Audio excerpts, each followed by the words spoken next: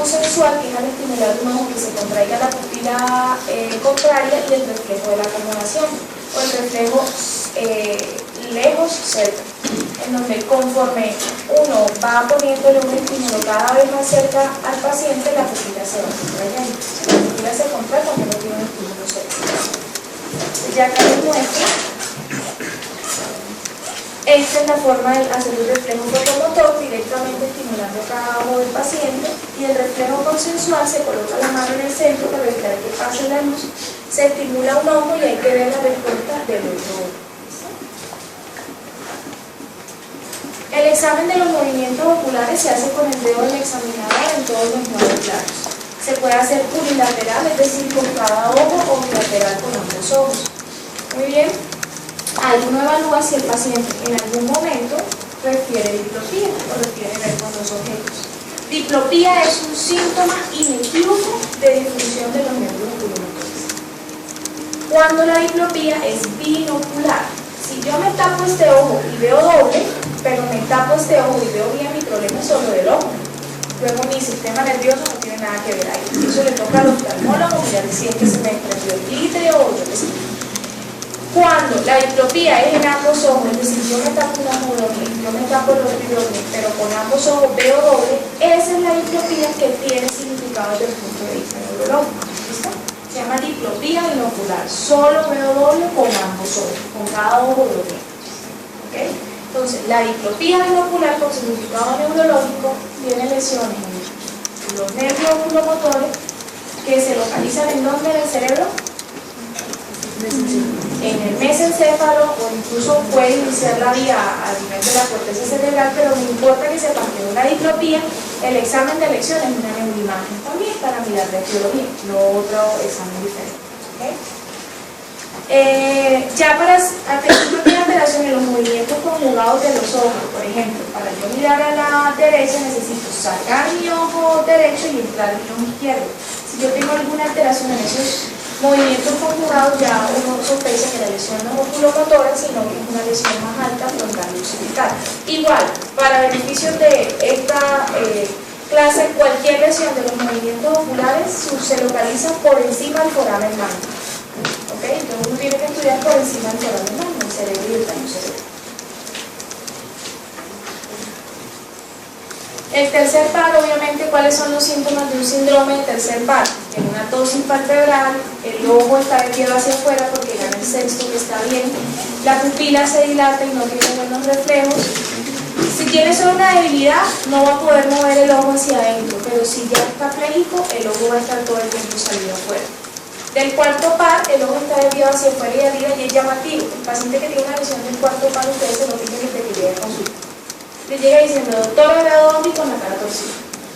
Eso se llama el signo de Wierzchowski, porque si yo tuerzo la cara de esta manera, este ojo se viene hacia adentro y hacia abajo. Entonces, tengo una estrategia motora para suplir la función de ese nervio. Entonces, todo paciente que le diga, doctora, veo doble, y llegue con la cabeza así, ese paciente la lesión está en el cuarto par. Eso se llama un signo de Wierzchowski. Y del sexto par, el ojo está desviado hacia adentro, o pueden haber, por ejemplo, los pseudosextos. Cuando uno tiene tanta hipertensión endocraniana, el sexto par es el nervio que tiene un gran recorrido en el espacio subaracnoideo. Al tener tan gran recorrido, es muy frecuente que se lesione. Y al lesionarse, uno puede tener sexto par bilateral solamente como resultado de una hipertensión endocraniana. Eso se acompaña de papiledema, por ejemplo. Entonces, el sexto par tiene significado como oculomotor solo siempre bilateral. Hasta ahí todo bien. Yo sé que es mucha información, pero yo les dejo las diapositivas para que lo dijeran y no tengan otro libro y ahí vayan repasando todo esto. El nervio trigémino, bueno, como ya ustedes saben, del ganglio de Gasser salen las 3 ramas, es responsable de la sensibilidad de la cara, de la motilidad de la masticación y de los reflejos, corneano, macetero y estornudatorio. Una parálisis del quinto par tiene anestesia y debilidad para la masticación, y lo contrario, una hiperexaltación del quinto par lleva una neuralgia del trigémino. Todo paciente que le duele la cara no tiene una neuralgia del trigémino. La neuralgia del trigémino es un dolor en forma de corrientazo centellante en una de las 3 ramas del trigémino. dura segundos, pero en ese segundo el paciente se quiere quitar la vida, tanto que le dicen el dolor suicida. ¿No pueden ser las 3 ramas o siempre tiene que ser solamente? Puede ser una o dos, pero es muy raro que sean las 3 ramas. Cuando es en las 3 ramas, uno debe sospechar alguna otra lesión intracraneal. Muy bien. ¿Cómo hacer la evaluación? El reflejo palpebral, ¿cierto? Le hacen la evaluación de las 3 ramas de forma comparativa. El nervio facial es el nervio que se encarga de toda la motilidad de los músculos faciales, incluido el cierre palpebral. La parálisis facial puede ser de 2 tipos, la parálisis facial periférica o la parálisis facial central. Básicamente lo evalúan colocando al paciente a que haga diferentes movimientos faciales, arrugar la frente, cerrar los ojos con resistencia, mostrar los dientes, darle un beso, puede ser, y el punto de los 2 tercios anteriores de la lengua. Es lo que a veces uno no evalúa, pero cuando, no le evalúen rutinariamente, pero cuando tengan una parálisis facial, hagan la evaluación. Aunque ustedes no lo crean, llega gente así, porque no quiere ir a trabajar ese día. Y ustedes dicen, pero yo no creo que es una parálisis facial, yo creo que me están dando gallo. Como la gente no se ha leído el libro de neurología, háganle el gusto. Si tiene buen gusto, ustedes dicen, bueno, querido, te cuento que no te leíste bien el libro porque yo creo que esto va a ser más bien un espasmo, le toman otra cosa, le toman otro diagnóstico, le mandan relajantes musculares, pero no tiene la, digamos, la implicación de diagnosticar una parálisis facial periférica. Puede pasar, pasa, se ha visto. Entonces el gusto es una buena técnica. Entonces, existen parálisis faciales centrales y parálisis facial periférica. La parte superior de la cara, es decir, los músculos de la parte superior de la cara, tienen una doble inervación de la corteza. Por ejemplo, si se daña la corteza a un lado, la cara superior queda bien, ¿cierto? Pero la inferior no. Por eso las parálisis faciales centrales, es decir, las que vienen de la primera neurona del facial, suelen ser solo de la mitad inferior de la cara, mientras que las periféricas de todo el cara, involucran tanto la parte superior como inferior. En ese orden de ideas, la de arriba es una periférica. Tiene compromiso de la musculatura tanto de la parte superior, tanto que no puede cerrar el ojo, tiene el ojo abierto, y tiene también de la parte inferior. Eso es importante porque las parálisis facial periféricas suelen ser benignas, suelen ser lesión del nervio, a no ser que se acompañen de debilidad del nervio colateral. Eso sí lo parecería lesión de un tallo cerebral, que ya hablaremos de eso. El nervio auditivo tiene 2 funciones, la función coclear, que es la de escuchar, y la función vestibular. ¿Cómo se evalúa la rama coclear? Fácil. Primero hacen una fundoscopia, luego hacen una otoscopia, perdón, y luego hacen el test de Weber y el test de Riney. El test de Weber y el test de Riney ayudan a hablar de, o a caracterizar la hipoacusia que tiene el paciente. Solo se hace cuando el paciente tiene una queja de hipoacusia, no se hace de forma rutinaria.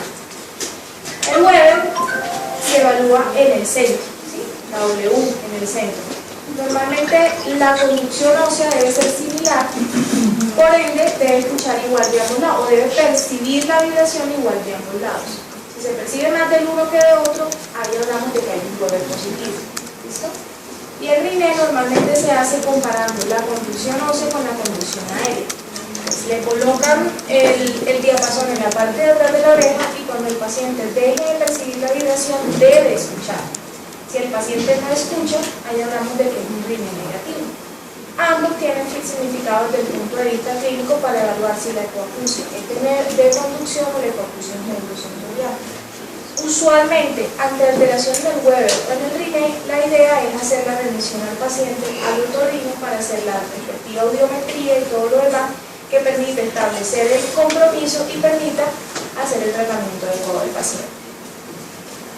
La rama coclear la evalúan, o la rama vestibular, perdón, la evalúan de otra manera. Hay que hacer la prueba calórica y de frío. Eso no se hace en la consulta, porque uno en la consulta no tiene agua a 10 grados y agua a menos de no sé cuántos grados. Eso no existe. Pero cuando uno tiene una duda, o cuando un paciente está inconsciente y en medio de ese inconsciente uno quiere saber si hay integridad de las funciones del tallo cerebral, uno puede hacer esta prueba.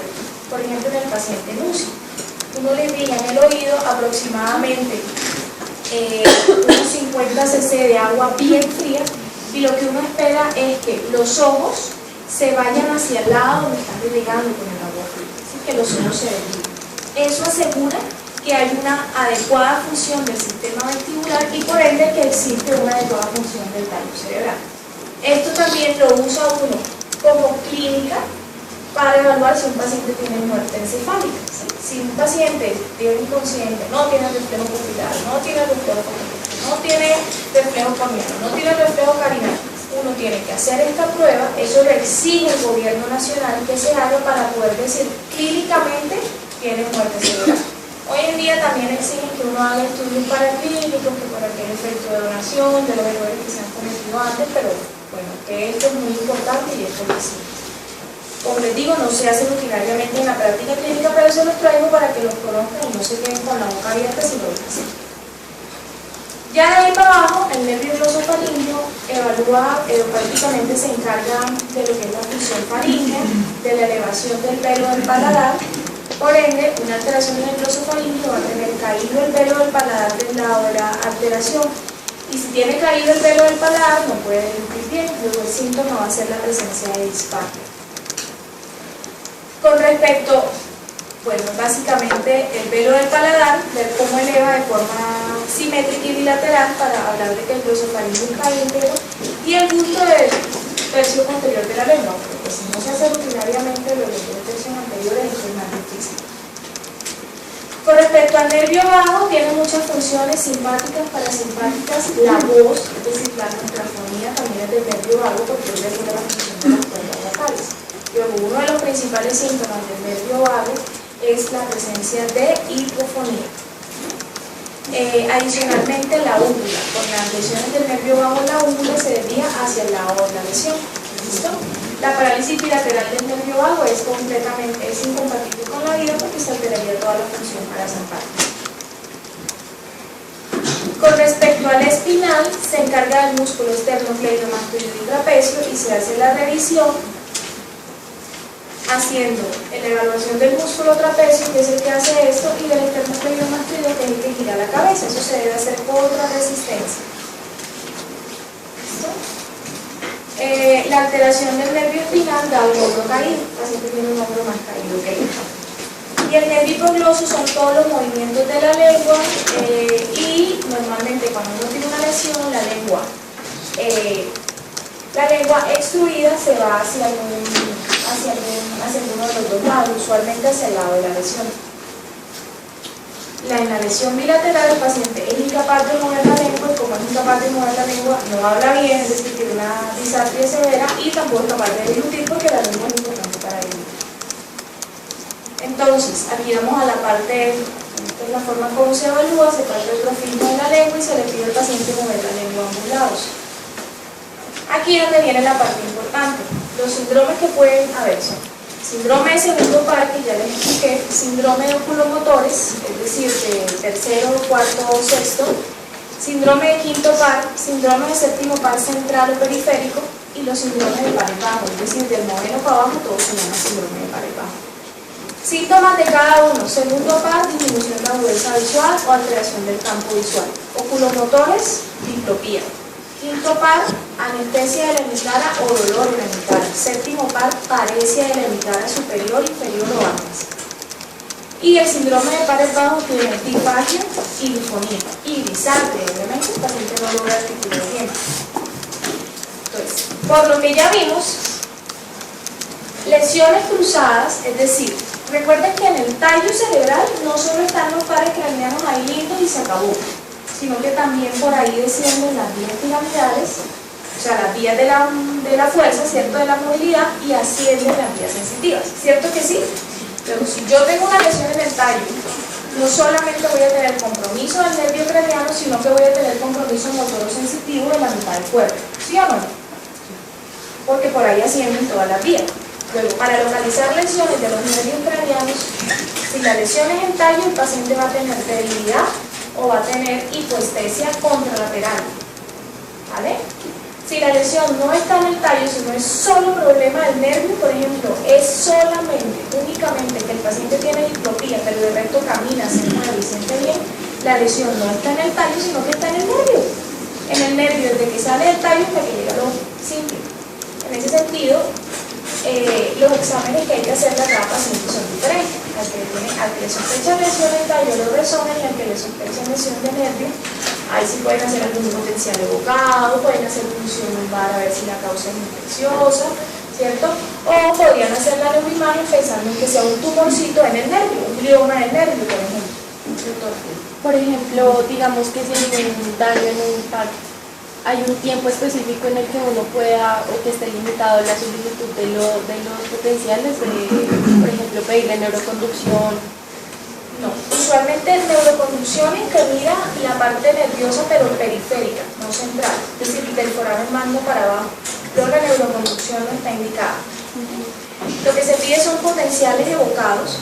Los potenciales evocados los puedes hacer desde el mismo momento en el que se te daña hasta que empieza la recuperación. Cuando empieza la recuperación es posible que ya te salgan negativos. Entonces, desde que se te daña hasta que empiece O sea, ellos en cualquier momento se lo pueden decir. En cualquier momento, pero no son neuroconducciones, son potenciales evocados, porque neuroconducción es de nervio periférico, es decir, del foramen magno para abajo. Muy bien, ¿esta parte quedó clara? ¿Cuándo localizan el tallo y cuándo el mismo nervio? ¿Sí? Igual ahí se los coloqué para que trabajen. Ya con respecto al sistema motor, al evaluar el sistema motor, evaluamos tono, fuerza, reflejos, coordinación, movimiento involuntario y la marcha.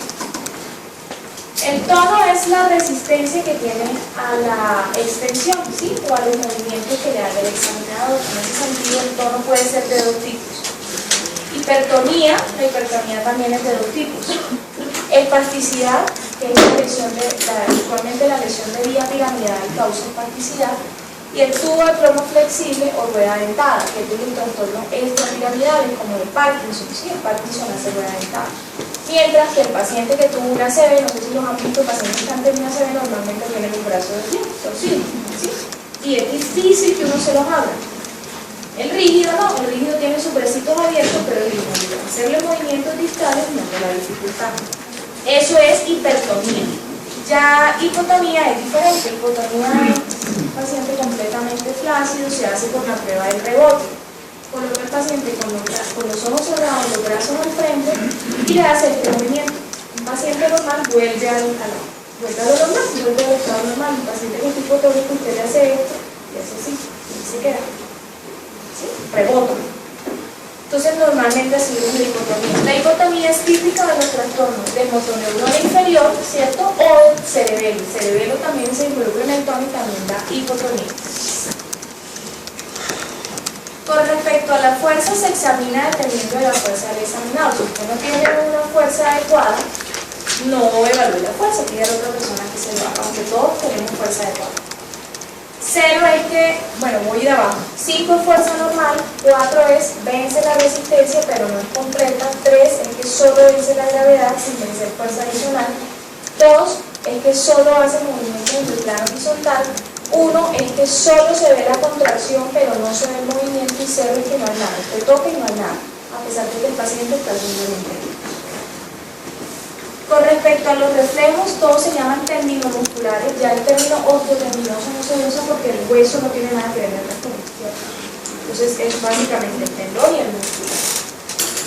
Todos evalúan función medular a diferentes niveles. Existen reflejos normales que son 2 sobre 4, de ahí hacia atrás. 0 y 1 son hiporreflexia o reflexia, y de ahí para arriba 3 es hiperreflexia, 4 es hiperreflexia con plumes que se agoten, 5 que no se agoten. Entonces, el primer reflejo es el reflejo macetero, que como ya hablamos antes, es del quinto par, es decir, evalúa protuberancia, ¿cierto? El reflejo tricipital, que es de C6, ¿listo? Al ser de C6, evalúa el nivel C6 de la médula. El reflejo bicipital es de C5, es decir, evalúa C5. El estilo radial es de C6, también evalúa C6, incluso C7 de la médula. El reflejo rotuliano evalúa ¿qué? L4, luego evalúa la función L4. Y el aquiliano, SE1, S1. S2 y S3 son funciones más de la parte genital, masculina como femenina. Entonces va bien eso. Esos son los reflejos tendinomusculares o profundos.